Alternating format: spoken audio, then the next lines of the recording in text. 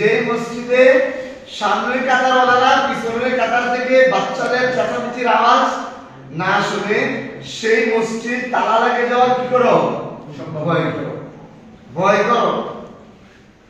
আচ্ছা, আমার নামাজ বেশি দামি না, মুহাম্মদুর রাসূলুল্লাহ সাল্লাল্লাহু আলাইহি ওয়াসাল্লাম বেশি দামি, মানে আমার শর্তা বেশি দামি না, রাসূলুল্লাহ সাল্লাল্লাহু আলাইহি ওয়াসাল্লামের শর্তা বেশি দামি, আমার কেরাত বেশি দামি না, রাসূলের কেরাত বেশি দামি, আমার রুকু বেশি দামি না, রাসূলের রুকু বেশি দামি।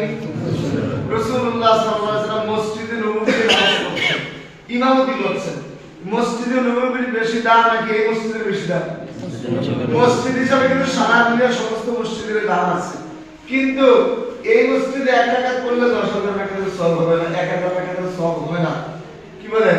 কিন্তু মসজিদের নববীর ব্যাপারে বলা আছে যে এক রাকাত নামাজ পড়লে কি বলেন সমান হবে 50,000 টাকার সওয়াব। মক্কায় এক রাকাত নামাজ পড়লে 1 লক্ষ টাকার সওয়াব হবে। তাহলে পার্থক্য আছে না? আপনি সামনে নামাজ পড়ছেন মসজিদের নববীতে, পাশে রাসূল শুয়ে আছে, এত তৃপ্তি আর কি আছে?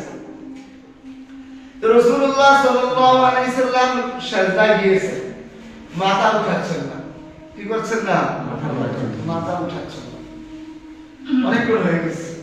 তো সাহাবায়ে কেরামের মধ্যে আমাদের মধ্যে অনেকে একটু থাকে না, কি ব্যাপার ইমাম সাহেব এত করে কি করে, তো আবার একটু দেরি করলে রুকে যায় পিছন থেকে, এখন তো সাহাবায়ে কেরাম তো একজন থেকে পিছন থেকে এত করে উঠতেছে না রাসূল, একটু মাথা আলগি দিয়ে দেখে আমার সাথে গেছে গা, মাথা আলগি দিয়ে দেখে রাসূলুল্লাহ সাল্লাল্লাহু আলাইহি সাল্লামের কলিজা হুসাইন রাদিয়াল্লাহু তাআলা আনহু ফাতেমার নাতি ফাতেমা রাদিয়াল্লাহু তাআলা আনহা করে হুসাইন রাসূলের কাঁধে উঠে বসে আছে, ঘোড়া চালাচ্ছে, কি চালাচ্ছে?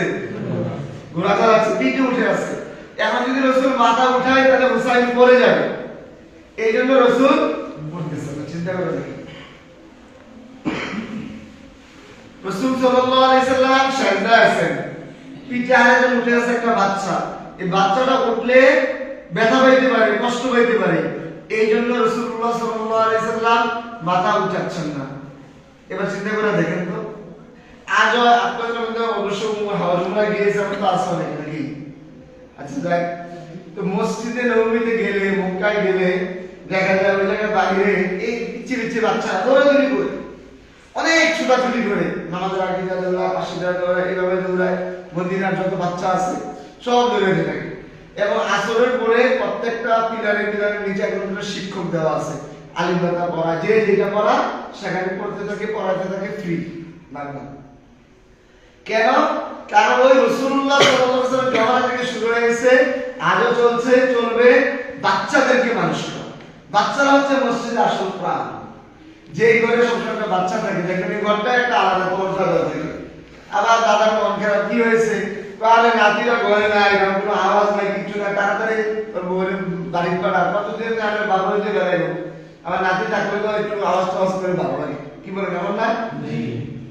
যদি একটা সাধারণ ঘরের অবস্থা মনে হয়, তাহলে মসজিদে কি বাচ্চারা সামনে চেঁচামেচি করবো, রাগারাগি করবো, নাকি তাদেরকে আদর সহগ করবো? আদর সহগ করতে হবে না? এই জন্য বাচ্চাগুলো, এগুলো হচ্ছে আমাদের ভবিষ্যতের প্রথম কাতারের মুসলিম। এরা কারা? ভবিষ্যতের, তাদেরকে আমরা সবসময় আদর সহগ করবো।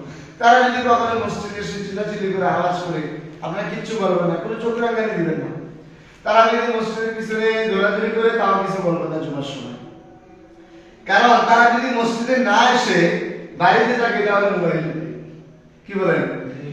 মোবাইল টিপে অথবা কোনো টিভি দেখবে। আচ্ছা, টিভি দেখা ভালো না মসজিদে আসা ভালো? তার কি নামাজ ফরজ হয়েছে? তো সে মসজিদ চিনছে। মসজিদ চিনা ভালো না টিভি চিনা ভালো? মোবাইল চিনা ভালো, গেমস চিনা ভালো না মসজিদ চিনা ভালো? এখানে আসছে, সে দেখতেছে তার আব্বা উপরে যাচ্ছে, তার দাদা উপরে যাচ্ছে, সাজদা করছে, যদিও সে দৌড়াদৌড়ি করছে, কিন্তু কিয়ামতের দিন এই বাচ্চাই সাক্ষী দেবে, আল্লাহ আমার দাদাকে তুমি মাফ করে দাও, কারণ আমি রুকু শিখেছি আমার এই দাদা থেকে, আমি সাজদা শিখেছি আমার এই দাদা থেকে, আমি কেরাত শুনেছি আমার দাদা থেকে, আমার দাদা